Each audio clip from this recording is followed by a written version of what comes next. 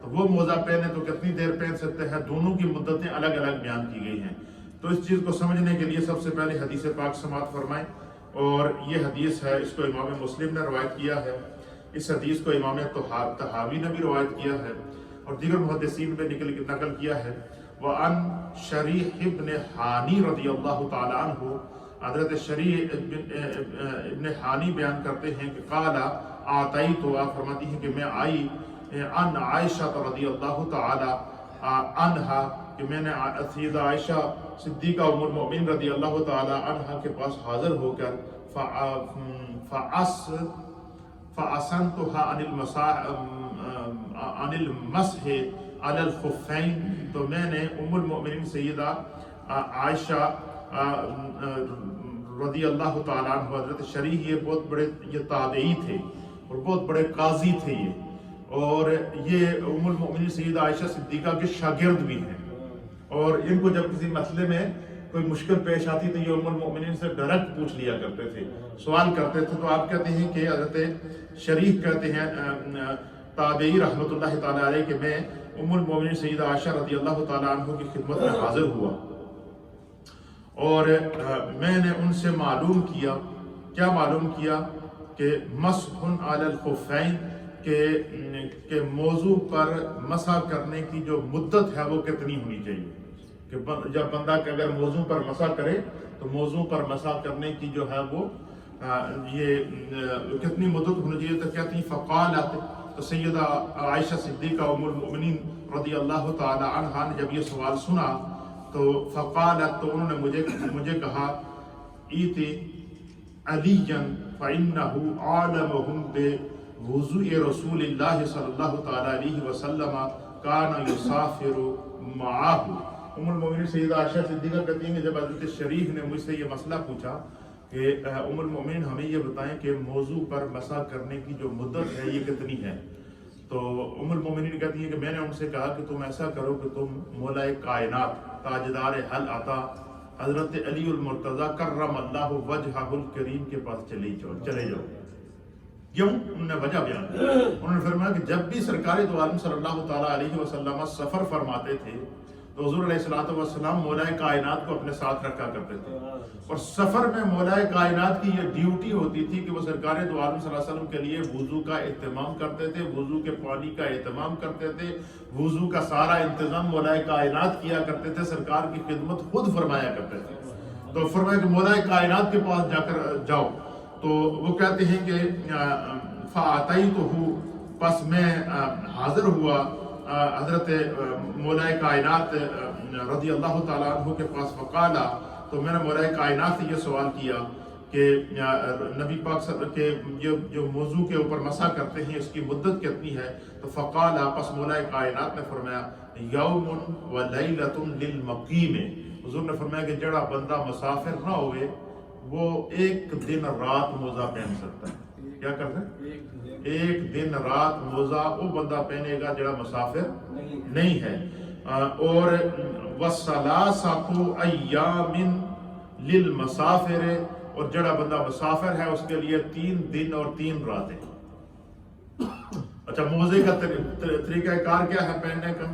فرمایا کہ جب بھی بندہ موزہ پہنے تو سب سے پہلے وہ کیا کرے، وہ مکمل وضو کرے، مکمل وضو کرنے کے بعد پھر بندہ موزہ پہن لے، اور جو بندہ مسافر نہیں ہے وہ 24 گھنٹے تک، ایک دن اور ایک رات تک کیا کر سکتا ہے، اس موزے کے اندر رہ کر اس دوران اگر بندے کا وضو بریک ہو تو وہ وضو کرے گا، پاؤں سے موزہ اتار کر پاؤں دھونے کی ضرورت نہیں ہے، اور وہ کیا کر لے، جو ہے موزے کے اوپر مسح کرے گا۔ اور اسی طریقے سے اگر بندہ سفر کی حالت میں ہے، مسافر ہے، سفر اس نے شروع کیا ہے، تو وہ وضو کا مکمل وضو کر کے موزہ پہنے گا، اور 3 دن اور 3 راتوں تک وہ جب اس موزے کے اوپر وہ مسح کر سکتا ہے، شریعت نے اس کی گنجائش عطا فرمائی ہے۔ پھر 3 دن اور 3 راتیں جب پوری ہو جائیں تو پھر موزہ اتار کے پھر دوبارہ مکمل وضو کرے، وضو کر کے پھر پہن لے، پھر جو ہے وہ اگر اس کا سفر جاری ہے تو پھر 3 دن اور 3 دن تک وہ 3 راتوں تک وہ جب بھی وضو کرے گا وہ موزہ نہیں اتارے گا، وہ صرف اس کے اوپر کرے گا، مسح کرے گا۔ پھر اسی طریقے سے جو ہے وہ اس کے مسائل بھی وہی ہے کہ جن چیزوں سے جو ہے وہ مثلاً ایک بندے کا مسے کی مدت پوری اور موزے کی مدت پوری ہو گئی ہے، ایک مقیم آدمی تھا یا مسافر تھا، اس نے وضو کر کے موزہ پہنا ہوا تھا تو موزے کی مدت پوری ہو گئی، تو اس کا وضو ابھی قائم ہے۔ کیا ہے؟ اس کا وضو ابھی قائم ہے، وضو ٹوٹا نہیں ہے، لیکن موزے کا ٹائم پورا ہو گیا ہے۔ مثلا مسافر نہیں تھا، ایک دن اور ایک رات اس نے موزہ پہنا تو ٹائم پورا ہو گیا موزے کا، تو لیکن وضو اس کا قائم ہے۔ اب اس کے لیے حکم یہ ہے کہ وہ کیا کرے، وہ موزہ اتارے، اتارنے کے بعد دوبارہ اس کو وضو کرنے کی ضرورت نہیں، وہ صرف پاؤں دھو لے، کیونکہ اس کا وضو قائم ہے۔ وضو کو وہی چیزیں توڑتی ہیں اور غسل کو وہی چیزیں توڑتی ہیں جو اس سے پہلے میں نے وضو کے مفسدات کے اندر بیان کرتی ہیں، کہ کسی کو پیشاب ہو یا پاخانہ ہو یا ہوا خارج ہو جائے یا خون یا پیپ جسم سے نکل جائے تو یا قے وغیرہ آ جائے تو اس طریقے سے جو ہے وہ وضو ٹوٹ جاتا ہے۔ تو اسی طریقے سے فرمایا کہ اگر کسی نے موزہ پہنا ہے تو اس نے موزے کی مدت پوری ہو گئی، مقیم تھا، مسافر نہیں تھا، ایک دن ایک رات اس نے لگایا، تو ابھی اس نے موزے کی مدت جب پوری ہو گئی تو اب اس نے موزہ جب اتارا تو ابھی وہ سٹل وضو میں تھا، تو وہ پھر کیا کرے، صرف پاؤں دھوئے گا۔ وہ اگر وضو میں نہیں ہے تو پھر وہ موزہ اتارے گا، پھر دوبارہ مکمل وضو کرے گا، پورا وضو کرنے کے بعد پھر کیا کرے گا، پھر دوبارہ اس کو کیا کر دے گا، پہنے گا۔ پھر اسی طریقے سے جو ہے وہ اس کی تفصیلات کے اندر جو ہمارے فقہاء نے بیان کیا کہ جو مسافر شرعی ہو، یعنی 3 دن اور 3 رات جو گھر پر ہے، وہ ایک دن یا ایک رات کے اندر جتنا عرصہ، جتنی مرتبہ بھی وضو کرے گا وہ موزے پر مسح کرے گا، اسے پاؤں دینے کی ضرورت نہیں ہے۔ اور جب مدت گزر گئی تو پھر کیا کرے کہ وہ موزے اتار کر جو ہے وہ اگر اس کا وضو ہے تو پاؤں دھو لے، نہیں ہے تو پھر دوبارہ وضو کر کے مکمل دوبارہ اس کو پہننا چاہے تو وہ پہن سکتا ہے۔ پھر اسی طریقے سے جو ہے وہ موزے پر مسح کا طریقہ یہ ہے کہ دونوں انگلیاں، یہ جو انگلیاں دونوں یہ تر کر کے کیا کر کے نیچے سے اوپر کی طرف لائے گا، پنڈلی کی طرف، پاؤں کے انگوٹھے سے اس طریقے سے موزے پر مسح کیا جائے گا۔ تو یہ اس کا طریقہ ہے۔ اور اسی طریقے سے جس طرح کہ میں نے آپ کو تیمم کا مسح کا طریقہ بتایا تھا کہ وہ زمین پر دونوں ہاتھوں کو مار کر اس طریقے سے پہلے ہاتھوں کو کیا کرے گا، چہرے پر پھیرے گا، اور پھر کیا کرے گا، پھر دونوں ہاتھوں کو مار کر پھر وہ دونوں ہاتھوں کو کونیوں سمیت مسح کر لے گا۔ غسل کا چاہے اس پر غسل فرض ہو پھر بھی یہی مسح ہے، اگر اس پر غسل فرض ہے یہی مسح، یہ نہیں کہ بندہ کہے جی کہ میں غسل فرض ہے تو میں جناب وہ مٹی میں لدنا شروع ہو جاوے کہ میں جناب جسم دے تیمم کرنا، باڈی کا تیمم بھی وہی ہے جو وضو کا تیمم ہے، یہ بات ذہن میں رکھیے گا، کیونکہ بعض لوگ جو ہے نا وہ اس کو الٹا سمجھ لیتے ہیں۔ ایک اور مسئلہ مجھ سے ایک بہن نے پوچھا ہے کہ کچھ خواتین کے ذہن میں یہ ہے کہ مثلا انہوں نے جو زیور پہنا ہوا ہے، جو پہنے ہوئے زیور پہ زکوٰۃ نہیں ہوتی۔ جس بندے بھی انہوں نے ذہن ہی پایا ہے ٹھیک نہیں ہے، زیور کسی بھی صورت میں ہو، چاہے وہ پہنا ہوا ہو یا نہ پہنا ہوا ہو، زیور چاہے میرے دہاتوں میں 2 دہاتے ہیں، سونا اور چاندی، یہ دہاتے اگر صرف بندے کے پاس سونا ہے تو وہ 7.5 تولے سونا ہے، چاہے وہ عورت نے پہنا ہوا ہو، پہن رکھا ہو، گلے میں ہو، ناک پر ہو، ہاتھوں میں ہو، اور چاہے وہ اندر اس نے جو وہ سنبھال کے باکس کے اندر رکھا ہوا ہو، ہر 2 صورت میں اگر وہ سونا نصاب کو پہنچتا ہے تو اس میں سے زکوٰۃ دے گی۔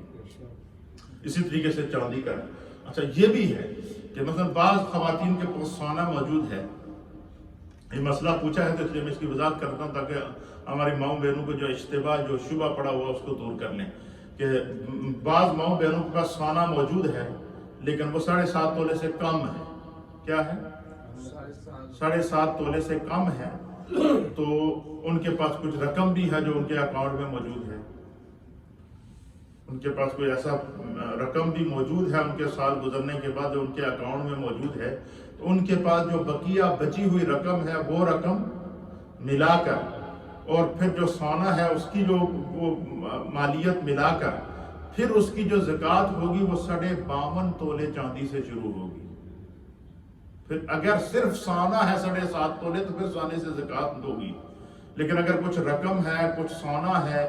کچھ کاروبار ہے، کچھ مال تجارت ہے، کچھ آمدن ہے، مثلا بعض لوگوں نے کئی گھر کرائے پہ دیے ہوتے ہیں تو ان کی جو آمدن ہے، اسی طریقے سے بعض لوگوں کا جو کاروبار ہوتا ہے، مال تجارت جو ان کے پاس پڑا ہوا ہے، مثلا ایک بندے کی کیشن کیری ہے تو اس کے اوپر جو مال تجارت اس کے اندر موجود ہے وہ بھی مالیت کے اندر شمار ہوگا۔ پھر جو ہے وہ جتنا مثلا ایک خاتون کے پاس 6 تولے سونا ہے، کتنا ہے؟ یا 5 تولے سونا ہے، اور اس کے اکاؤنٹ کے اندر 8-10 ہزار پاؤنڈ پڑا ہوا ہے، تو پھر وہ اس کا جو نصاب زکوٰۃ ہے وہ 52.5 تولے چاندی سے شروع ہو جائے گا۔ اب یہ نہیں ہے کہ یہ ذہن میں کسی کے اگر ہے کہ جو استعمال کا سونا ہے جو ہم استعمال کرتی ہیں ان پہ زکوٰۃ نہیں ہے، یہ ایسا نہیں ہے، کیونکہ سونے کے اوپر زکوٰۃ ہے، چاہے وہ استعمال کا ہو یا نہ ہو۔ اگر بندہ اس کا مالک ہے تو اس کی کیا کرے گا؟ زکوٰۃ دے گا، اگر وہ نصاب کو پہنچتا ہے، اور اس کے علاوہ اگر اور مال ہے وہ اس میں شامل کر کے اس میں جو ہے وہ 52.5 تولے چاندی کا جو کم سے کم مقدار نصاب ہے وہاں سے پھر نصاب شروع ہو جائے گا۔ جب مال مختلف انداز میں ہو، مثلا مال ہے، کچھ کیش ہے، کچھ سونا ہے، کچھ چاندی ہے، کچھ کاروبار کی آمدن ہے، مختلف قسم کے کچھ بینک کے اندر اکاؤنٹ میں رقم پڑی ہوئی ہے، تو ساری ٹوٹل کرنے کے بعد سال کے بعد وہ کیا کرے گا؟ وہ اس کا جو نصاب ہے وہ 52.5 تولے چاندی سے شروع ہو جائے گا، اور 52.5 تولے چاندی کی قیمت پتہ ہے کتنی بنتی ہے؟ 503 پاؤنڈ۔ میں کل کچھ ایسے سنا رہی ہوں کہ بھائی 52.5 تولے چاندی کی ٹوٹل قیمت کتنی ہے؟ آپ نے کہا جی 500 تو کچھ پاؤنڈ بنتی ہے۔ اب آپ اندازہ لگائیں، نہیں اس حد تک ہم لوگ وہ کرتے ہیں کہ کہتے ہیں کہ ساڑھے کو 7.5 تولے سونا پورا نہیں، درس زکوٰۃ ادا نہیں کرنی۔ ہاں اگر صرف سونا ہے اور کوئی ذریعہ آمدن نہیں ہے، اور کوئی پیسہ اکاؤنٹ کے اندر نہیں ہے، اور کوئی مالک تجارت یا کاروبار نہیں ہے، وہ اگر 7.5 تولے سے کم ہے تو اس میں سے زکوٰۃ نہیں ہوگی۔ صاحب اگر کوئی پیسے پڑے ہوں بندے نے کاروبار کے لیے رکھے ہوں، مطلب یہ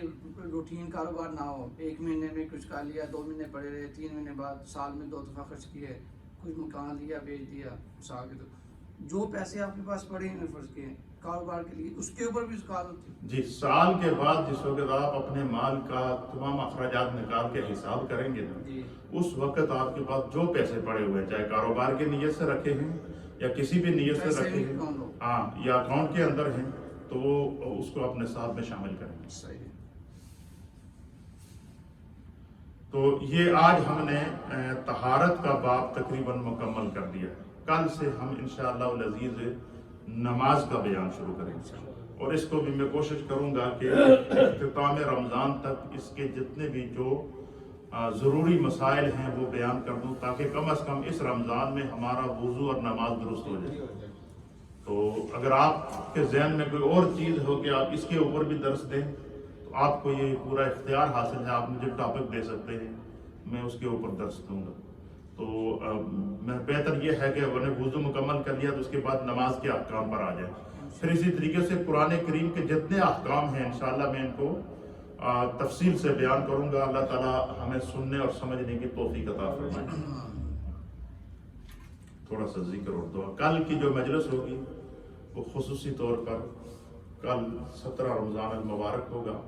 اور یہ شہدائے بدر کے اصالہ ثواب کے لیے ہوگی ایک۔ دوسرا یہ کہ 17 رمضان المبارک کو ام المؤمنین سیدہ عائشہ صدیقہ رضی اللہ تعالی عنہ کا بھی یوم وصال ہے، اور نبی پاک صلی اللہ علیہ وسلم کی بیٹی حضرت سیدہ رقیہ رضی اللہ تعالی عنہ، ان کا بھی یوم وصال 17 رمضان کو ہے۔ تو یہ بڑا مقدس دن ہے جس میں اللہ تعالیٰ نے اسلام کو پہلا غزوہ تھا، اللہ تعالیٰ نے اسلام کو فتح عطا فرمائی تھی۔ تو کل جو آپ قرآن کریم پڑھیں، سورتیں پڑھیں، تسبیحات پڑھیں، نیت کر لیں کہ کل ہم نے شہدائے بدر کو ایصال ثواب کرنا ہے، ام المؤمنین سیدہ عائشہ صدیقہ رضی اللہ تعالی عنہا کو ایصال ثواب کرنا ہے، اور اسی طریقے سے حضرت سیدہ رقیہ رضی اللہ تعالی عنہا نبی پاک صلی اللہ علیہ وسلم کی بیٹی، حضرت سیدہ کائنات سے بڑی بہن ان کی جو ہے وہ ان کا بھی یوم وصال ہے۔ جس وقت بدر کا معرکہ تھا تو سیدہ رقیہ حضرت عثمان غنی رضی اللہ تعالیٰ عنہ کے عقد میں تھی، وہ سخت بیمار تھی، تو حضور علیہ الصلوۃ والسلام حضرت عثمان کو بدر میں لے کر نہیں گئے تھے کہ تم رقیہ کی دیکھ بھال کرو، اور جب ادھر میدان بدر ہو رہا تھا تو ادھر حضرت رقیہ کا انتقال ہو گیا، تو حضرت عثمان غنی نے ان کی تدفین کی۔ سرکار دو عالم صلی اللہ علیہ وسلم نے بدر کے جو مال غنیمت تھا اور بدر کے جو شرکاء تھے ان میں حضرت عثمان کو شمار کیا، اس لیے کہ وہ اللہ اور اس کے رسول کی اطاعت کے اندر تھے۔ تو کل کا انشاءاللہ خصوصی پروگرام ہوگا۔ لا الہ الا اللہ الا اللہ الا اللہ لا الہ الا